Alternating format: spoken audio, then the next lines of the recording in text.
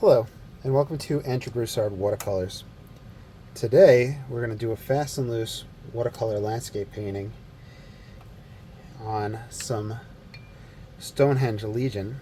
This is the 90 pound, and it is slightly toned. The name of this one, the tone, I'm not sure. I coated it with water before we got started, and now we are going to dive right in. I'm not sure what colors I'm going to use, but let's start off with some raw sienna. And compositionally, I'm not quite sure what I want to do.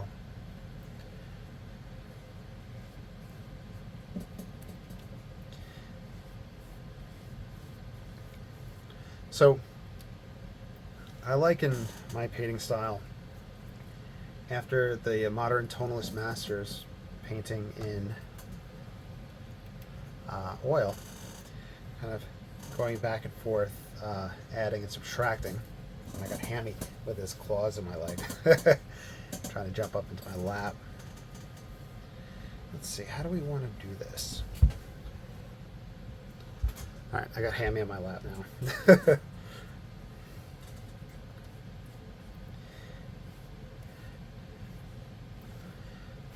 Bring this up and create some sort of idea for a sky.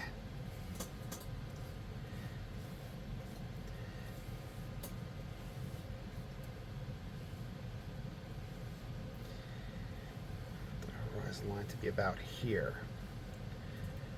Fortunately, at first I won't be able to wipe back and forth since I have a cat in my lap and I'm holding him with one hand so that he doesn't jump onto the desk.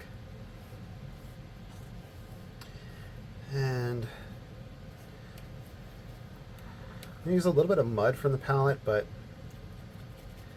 I'm going to reconstitute some burnt umber. Use that. Maybe that's what we'll stay within primarily. Burnt umber, raw sienna combination.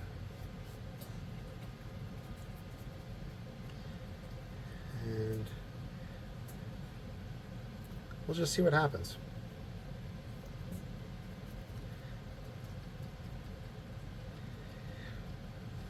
We gave Hammy a really good brushing the other day. He is still shedding some, but we used, I guess it's called an undercoat brush.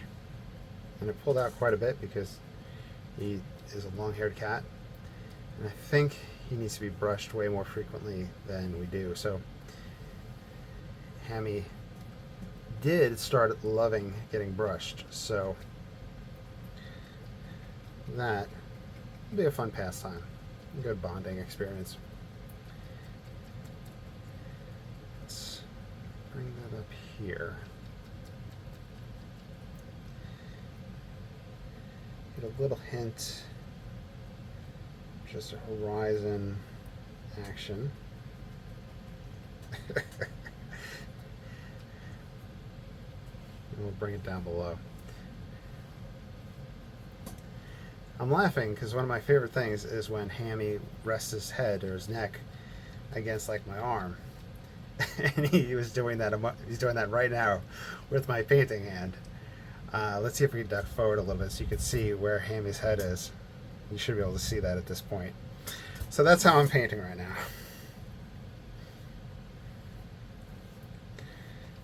Hammy, I love you so much, bud.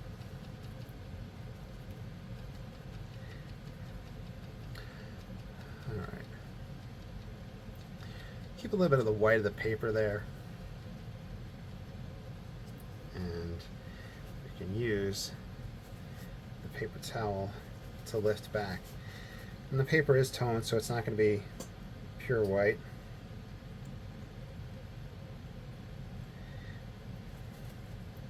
Had a long conversation with Joe Menza today because I've been struggling a little bit with my black paper and gouache. So kind of just talking about the different toned papers. I think he's going to do some experimenting with some black canvas Here is some raw umber.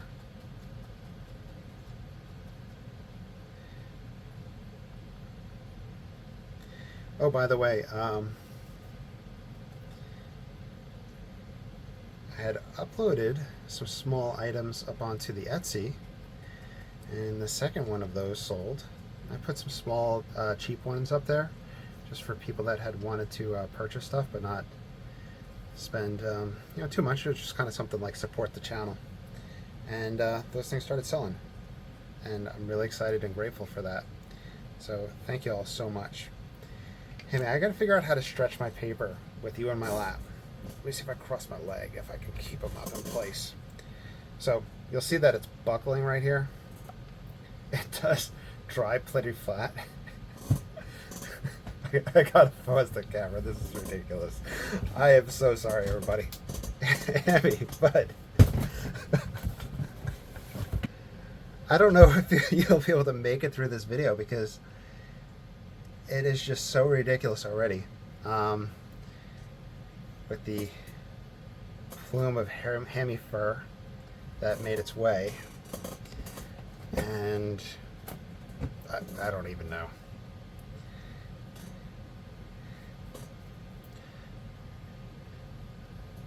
I'm using the brush to pick that up.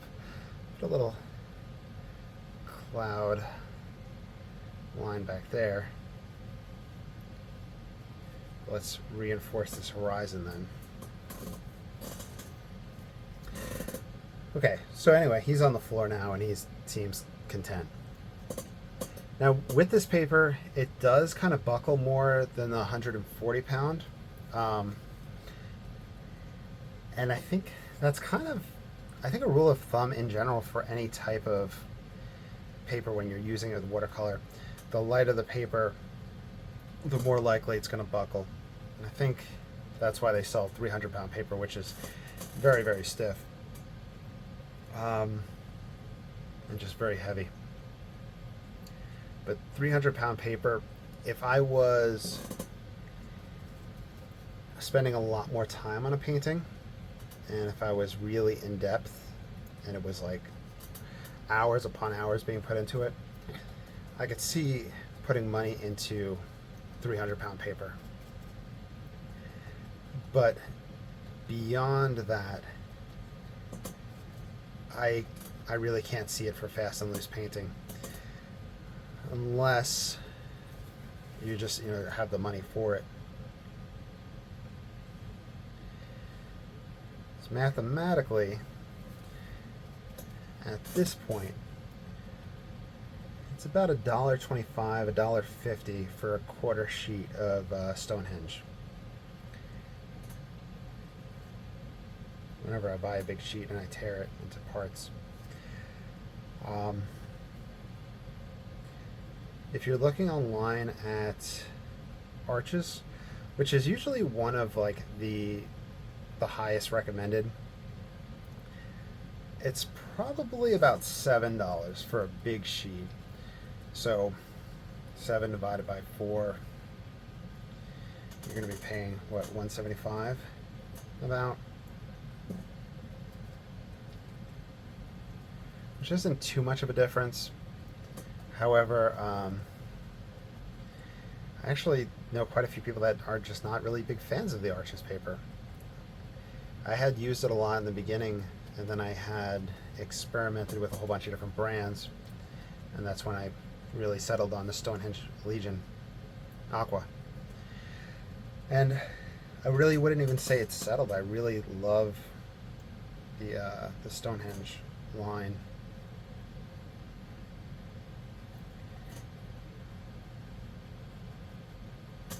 Let's see. So you see the composition taking place. It's starting to form itself. We're losing. We have a lot of negative space up in here, and I don't really have too much excitement going on in the sky. And I'm reluctant to go into the sky at this point, just because of the way it'll kind of cauliflower and dry. I might wind up doing some too big foreground tree trunks here. So that'll be for later on.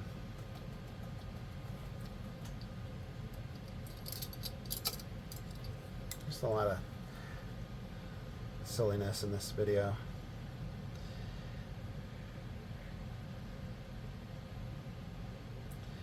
This is the raw umber. I use it for dark whenever I'm working with the earth palette. For years I had never used raw umber. Then I started utilizing it as a background color in some oil still lives, and then it made its way over onto the watercolor palette. I think I accidentally had bought it instead of a different one, and I think I had accidentally bought 2 tubes of it. But I started using it and I just really love it. Probably at least a year now that I've been working with it. Which is interesting because the earth colors that are usually recommended on a palette is raw sienna, burnt umber. And I would put light red oxide in that category too of earth pigments. But those are usually what's recommended. And I've added yellow ochre because it just has kind of different feel to it, a little bit more opacity, and when I'm working in just earth pigments it gives an extra variety to it. And that's something that James Fletcher Watson had mentioned in one of his books. When he was doing a lot of earth stuff, he had added, I think, that color to his palette for more variety. The yellow ochre. And then the raw umber just is kind of a cooler, I think of it as a greener color that just really seems to help out. I have to look and see if it's on David LaFell's palette, a modern oil painting master. And he does still lives and portrait work. I think at this point he's in his 80s. And I have toted around a book that was written about him since college.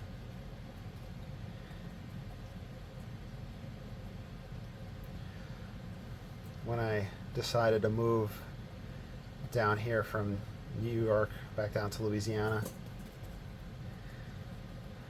I packed up 3 or 4 big boxes and just shipped them down. Everything else I either sold or gave away. It was me graduating college and just having all the stuff that I had toted around during that time period.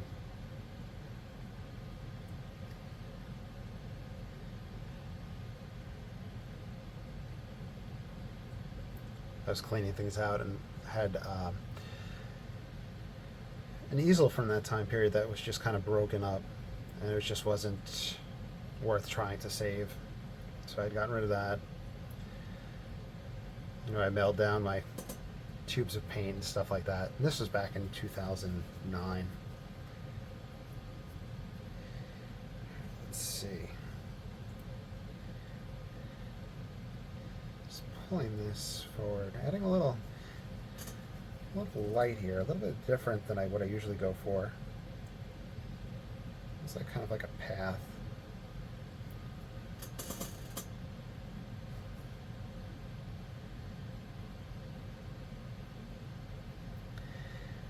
Taking that pigment that's already there, wet and just letting it come up and over.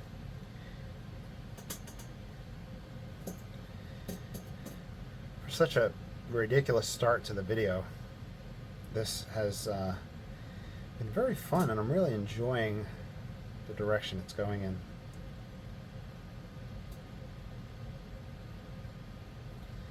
Adding a little bit more pigment here. It's a little different than my normal compositions, which is good. So, trying not to get stuck in any ruts.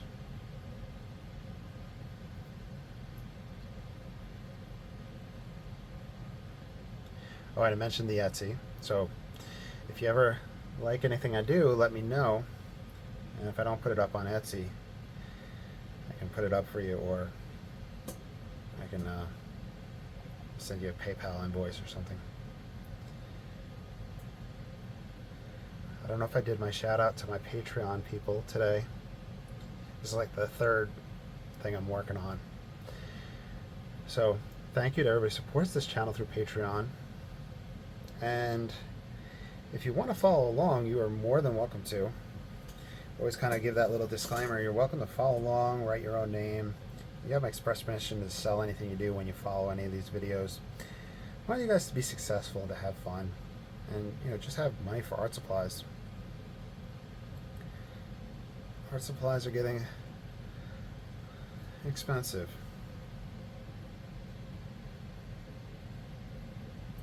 I didn't really scrape at all this one. You can see where we had some build up.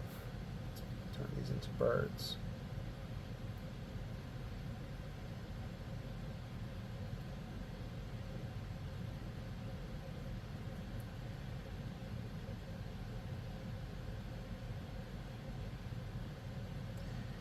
A little too much of a straight line between these birds, but I'm okay with that. And the little dots kind of give the illusion of birds in the background.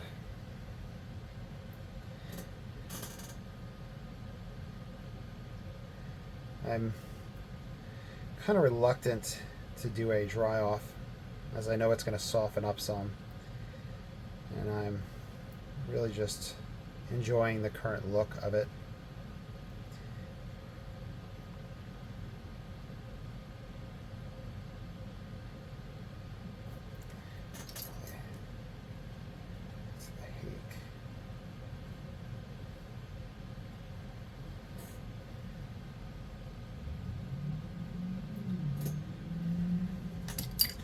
Alright, I'm going to pause the camera. We'll do a quick dry off. Alright, so I got my dry off in. Things did soften up quite a bit. You could see the heavy application of the raw umber in these locations. I'm very pleased with this cloud line, and it looks very natural and realistic to me in person. I enjoy that. I wish that some of these areas did not soften as much as they did, but I'm going to go in now and add a layer over that. This does seem like the one painting that everything is going wrong during the video between Hammy, the fur, and I'm not even sure if I managed to turn off the video correctly a moment ago as I was getting a phone call. So it's just a lot of things, and all we can do is just laugh and have fun.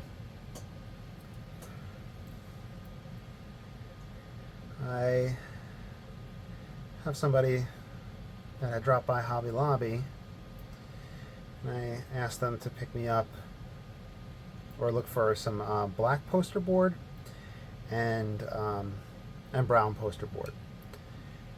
My idea is to kind of build a little box out of the paper, like open top box.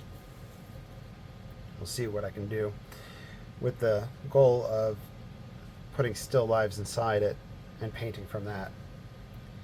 Since you all know I like the browns and the blacks, and if I'm using toned paper that's either brown or black, I'm curious if I could set up still lives inside them and work from that.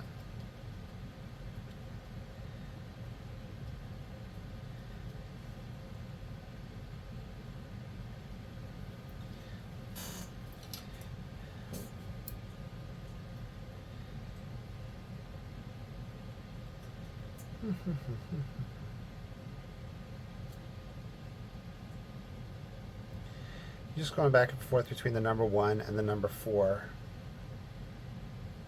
and obviously the hake for some texture.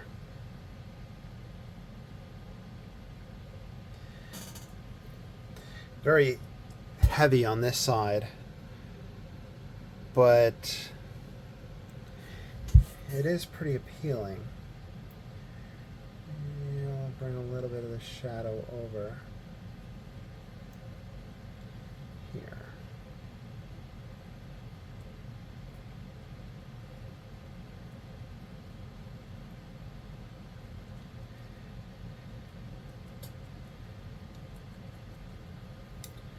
And then let's get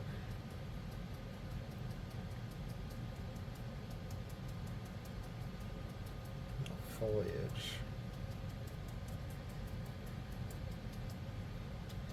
Just being very timid with this one at this point. Just kind of searching. Let me pause for a dry off. I think I'm gonna leave this one at this stage. Just find a spot to write my name.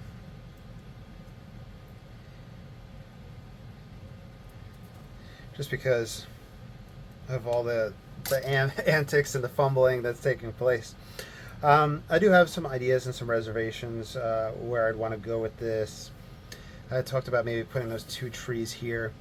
That might be worth exploring in the future. But I'm just going to stop it at this point. So thank you for watching. Of course, please like, subscribe, follow. And I have tons of videos below. And if you'd like to support this channel, I have the Patreon as well. Thank you, and have a great day.